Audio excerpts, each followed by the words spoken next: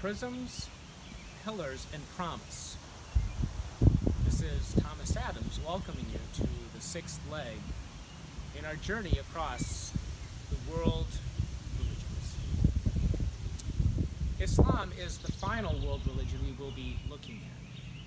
And in terms of a culmination of our journey, it allows us to put everything that we've seen into a unique perspective. I want you to think about a prism and how each end has distinctions, has differences. On the one end, you have the various rays of light coordinating, almost in concert. On the other end, the same rays of light, yet in symphonic harmony. We may go from one end to the other, the plurality to that harmony, or we may go from the harmony to the plurality. Not only would this apply to Islam, but to any of the religions that we have looked at. Do we focus in on the individual religion? Do we focus in on the individual part? Do we recognize the diversity? Or do we see how that religion works with all others? Do we see how that religion is in harmony with all others? The prism gives us this thematic consequence of how to understand the conceptualization of religion. Now, focusing in on Islam itself. Elements of the prism could be triangular. The triangle is something that we've used in previous weeks. We used it in particular with Hinduism and Buddhism. But the three elements of the triangle can also relate well to Islam. The fuel, the heat, and the air. Now for the fuel, the resources, that would be the pillars, the 5 pillars of Islam. The statement of belief, the 5 daily prayers, the giving to charity, the fasting during the month of Ramadan, and the Hajj, the coming together pilgrimage that all Muslims, if able, are asked to make once in their lifetime. The heat, which we've seen more in terms of devotion, is a devotion of discipline to the Quran and its teachings. The Quran for Muslims is the highest manifestation of God within the world. And the air that is around us would be like the transcendence of the divine, the transcendence of God for Muslims, an imperceptible transcendence that impacts everything around us but is unseen. The combination of those 3 elements gives us Islam, which means submission, to allow for ourselves to follow, to submit, and to bring about God's justice in the world. The closest thing in Islam to what Christians would call a sacrament would be the sacrament of bringing forth justice within the world. Islam is one of the most historical of the religions, not only in terms of looking at events, but in meditating upon events that are currently going on. Now, the major event within Islam is, for Muslims, the Prophet Muhammad. The pillar of historicity of Islam is this seal of the prophets, as Muhammad sees himself as. And just as the space here has a concrete foundation, that is our beginning point for our look. In the 7th century, Muhammad brought together a new type of group, a new type of tribe, a new type of belonging, the Ummah, the group, the foundations of Islam. And with that, he transcended tribal identity. Tribal identity is something which is found in many of the cultures, let alone the religions. And for Islam, the aspect of being cast out yet brought back is very important, is vital. If we go back to the biblical story of Abraham, we see that while Isaac is remembered, Abraham's first son was actually Ishmael. And Ishmael was the son who was cast out, but then, not forgotten by God, eventually brought back into the plan. Now, within the Arabian world that Muhammad inhabited, he found himself, due to circumstances, eventually being cast out of his homeland of Mecca and sent on the way to a place called Yathrib, which eventually would be known as Medina, the city of the prophet. And at Medina, this coming together of these adherents to the proclamations of Muhammad, this understanding of divine revelation, this understanding of the law, would allow for cohesion, a coming back, an ingathering of sorts that would eventually return to Mecca. And the return to Mecca and the casting out of the idols from the Kaaba, which was the holding place, the big, black, majestic cube that is still found in modern-day Mecca. That would really be the nexus, the focal point of devotion. Like planets revolving around the sun, the Hajj pilgrims would circumambulate around the Kaaba. That would be the focal point.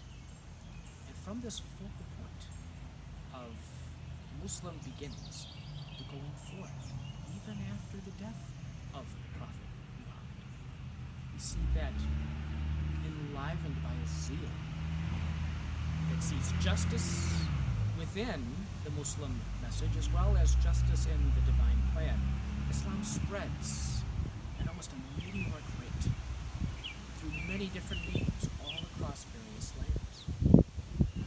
We see that within 4 generations of the Prophet Muhammad, we have distinctions, if not divisions, between those, the Sunnis, who feel that the leadership should be decided by the group, and those, the Shias, who see that religious leadership should be more in terms of a special lineage to the Prophet himself.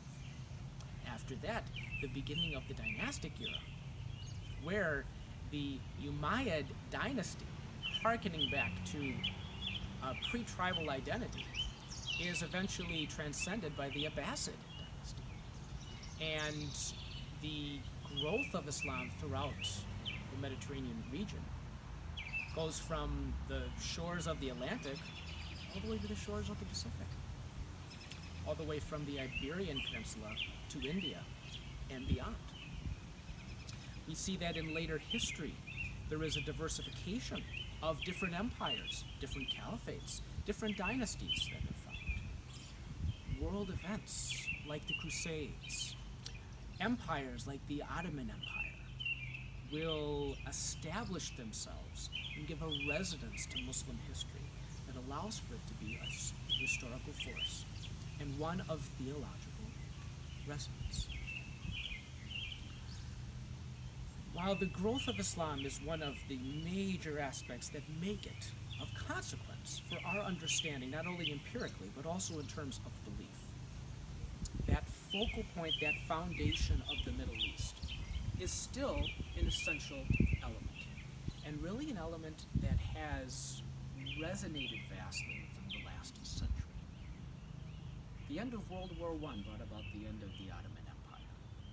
The Ottoman Empire was one of the Muslim dynasties which flourished for hundreds of years, and at its height even had control over major areas of Europe, something that modern-day Europeans don't even realize as a historical fact. But the collapse and the incoming colonialism of the European powers almost brought back notions of that being cast out, being left out of the Second Axial Age, being surpassed in certain ways by those that are outside. And what has happened with the structuring of newer countries, Iraq, Iran, these newer areas, Saudi Arabia, that have connections to the distant past, have brought about challenges of identity, challenges of how does one interconnect with that is around it. And what is the role of the Muslim in the modern world? What is the ideology? Amid the diversity of light going into the prism, what is true Islam? What is the white light of symphonic harmony? an enduring challenge not only for the world religion of Islam, but also for the other world religions. In the movie Gandhi, which is about the Hindu leader for Indian independence, there is one scene in which, on a hunger strike to bring an end to strife, he is met by a Muslim man who tells him that he needs to stop his hunger strike. In fact, I made a brief mistake there. It's actually a Hindu man, but Muslim comes into the picture because this man says, I have killed a Muslim child in the conflict. I don't want there to be the division in our country. And the Hindu man, Gandhi, tells him, to pay for your sin, I want you to find a Muslim orphan, and though you are a Hindu, to raise him to be the best Muslim that he can. Now, I bring up this example to show us the wide scope of which we have looked at in terms of the class. From Hinduism, weeks ago, to our modern-day look at Islam, we have sought to embrace the different world religions. With Hinduism and its close connection to Buddhism, the Buddha experienced his enlightenment on the shores of the holy river of the Hindu world. With Buddhism, I talked about the flame unbound and how, at least conceptually, that connects to the burning bush, the flame unconsumed.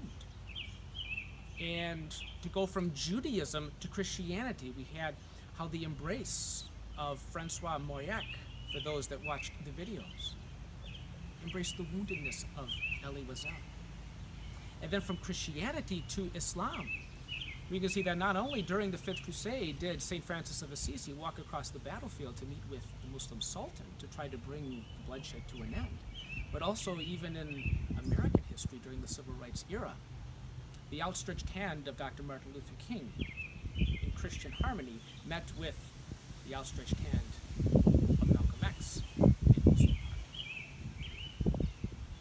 Which brings us to the famous scene from Gandhi. How can the religions interrelate? How can the religions come together? I'm around a fireplace. In his book, The Verge of Philosophy, John Sallis talked about the etymology of the word verge and how it can not only mean a pastoral staff of religious authority, but also a flame. The staff is the going forth. Flame is the coming together, like around the flame of a fire. And in both ways, we are called to see the connectivity of the prism, the light of truth that is found all around us, empirically through the different means and ways, empirically through the different lived experiences that we have seen over the many weeks. The wonderful colors of diversity, not only amongst the different world religions, but within the religions themselves. Diversity found within the Hindu, the Buddhist, the Jewish, the Christian, the Muslim, and the indigenous. Does that empirical harmony come together and give us a purity, a fusion, a confluence, promise of unity, a promise of the lived experience of humanity. And the promises of each have to come together. What do we get when we bring promises together? Come promise, or compromise. I hope that this class has been a chance for you to see that the prism of existence can be built upon the pillars of a shared understanding, hopefully leading to the promise of a better world. It wasn't only a class to make you better acquainted with the ideologies of the world, but to hopefully give you a glimpse of a perceptive ideal, a coming together, a way in which we can make the world a better place, meet its challenges while also exceeding its promises. So, in the end, I hope that this has been a culmination. I hope that this has been fulfilling and allowing us to see what can happen when research, when understanding, when exploration, when introspection all come together like the different rays of light within a prism and can shine forth more brightly, more broadly, and more beneficially. This is Thomas Adams, signing off.